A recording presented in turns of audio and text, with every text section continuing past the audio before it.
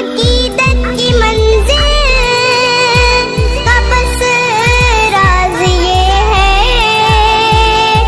इशा के वजू से अदा हो सहर भी।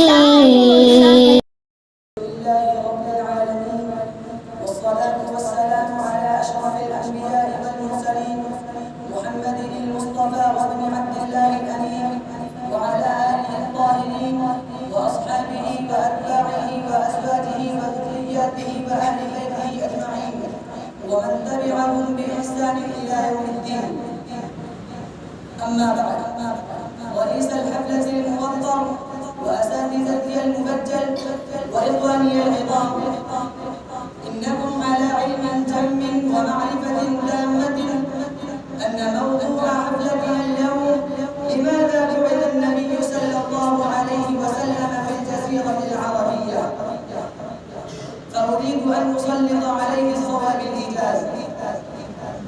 إخواني وأحبائي، إن أمامنا سؤالا مهما خطيرا ينشأ في ضمير كل إنسان وحق له أن ينشأ، وهو لماذا بعث النبي صلى الله عليه وسلم؟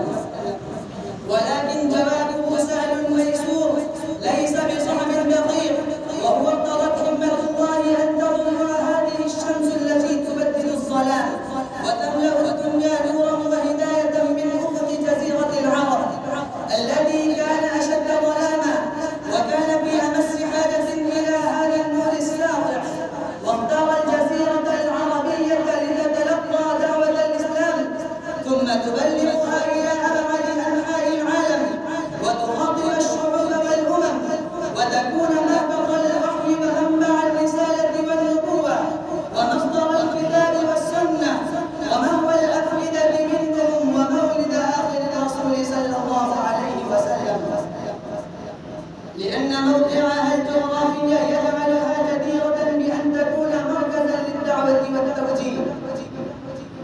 فكانت بعثة النبي صلى الله عليه وسلم استجابة لدعاء سيدنا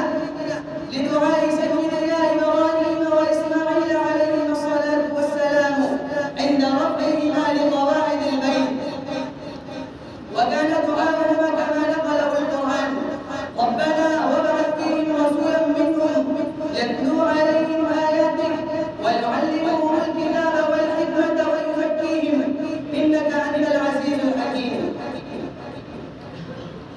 إخواني وأحبائي، لأن العرب كانوا بمنعزلهم عن الأدوار المدنية، وكانوا بحقها وأهلها، وكانوا أصحاب صدق وأمانة وشجاعة وبسالة، وأصحاب جلالة وتقشف في سبيلها.